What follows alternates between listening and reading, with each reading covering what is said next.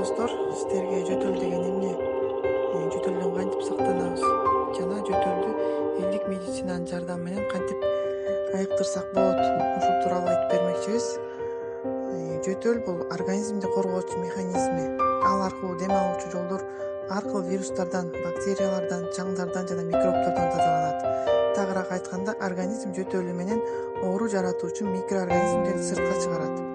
Адатта адам кичинекей же чоң экенине карабай бир күндө бир нече жолу жөтөлөт. Айрыкча мындай көрүнүш эртең менен болсо, анда кооптонуунун таптакыр кажети жок. Ал эми сасык тумоо, бронхит, ангина, гайморит, суук тийүү, аллергия жана синусит сыяктуу оорулар себепчи болуп, кечкисин же түнкүсүн тамакты оорутуу жана кычыштыруу менен коштолгон жөтөл албетте дарыланууну талап кылат. Түрлөрү мүнөзүнө жараша жөтөл кургак жана нымдуу болуп эки түргө бөлүнөт. Кургак жөтөл кайсы оору болбосун ал башталаарда күтүүсүз пайда болот. Мында адам жөн гана жөтөлө берет. Бул учурда анын дем алуу тутумунун эч кандай суюктук бөлүнүп чыкпайт. Сезгөнү башталып, оору жанданганда гана жөтөлдү шилекей коштошу мүмкүн.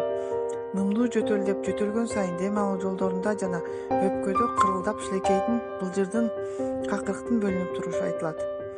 Нымдуу жөтөлдү көп учурда кургак жөтөл коштоп жүрөт. Эгер бул абал 3 жумадан созулуп кетсе, анда жөтөлгө себеп болгон оору өнөкөт түргө айланат. Сыркоонун мындай түрүн айыктыруу алда канча кыйын же мүмкүн эмес экени жалпыга белгилүү. Андыктан ар бир адам күтүүсүз башталып бара-бара кырылдоо, приступ коштоп, кан жана какырык пайда кылып узакка созулган жөтөл менен күрөшкөнү жакшы. Эми жөтөлдү айыктыруучу элдик рецепттер менен бөлүшөбүз. Түрп.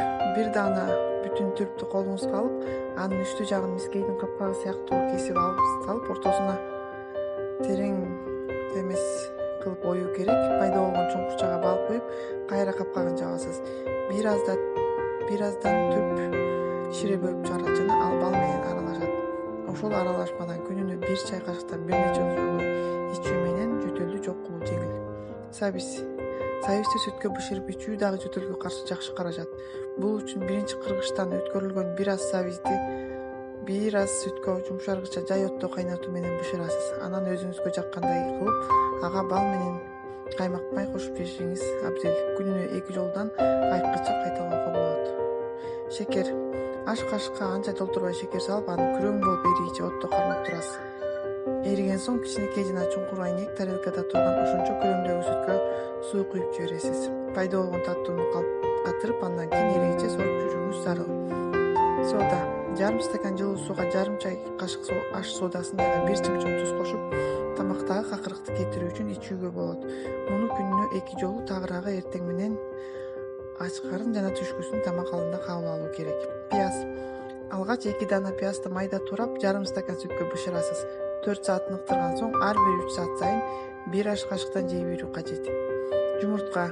1 даана чийки жумуртканы 1 аш кашык таза арак, 1 аш кашык жылытылган каймак май, 1 аш кашык бал, 1 аш кашык сүт жана 1 чай кашык сода менен жакшылап аралаштырасыз. Анан бул аралашманы ач карын калтырбай ичүү жиберүү зарыл. Мындай ыкма көп учурда адамды бир колдонуудан кийин гана жөтөлдөн толук арылтат. Каз май. Жөтөлдү айыктыруучу эң натыйжалуу ыкма ал үчүн кыргычтан өткөрүлгөн пиязды каздын майы менен теңме-тең аралаштырып, пайда болгон массаны көкүрөккө, желкеге жакшылап ысыташ болуу керек. Анан жылуу оронуп жатып алса, натыйжасын жакшы берет. Жөтөлдү дарылоонун элдик ыкмалары ингаляциялар. Суу 1 стакан ысык сууга 1 чай кашык соданы, 2 тамчы йодду кошосуз.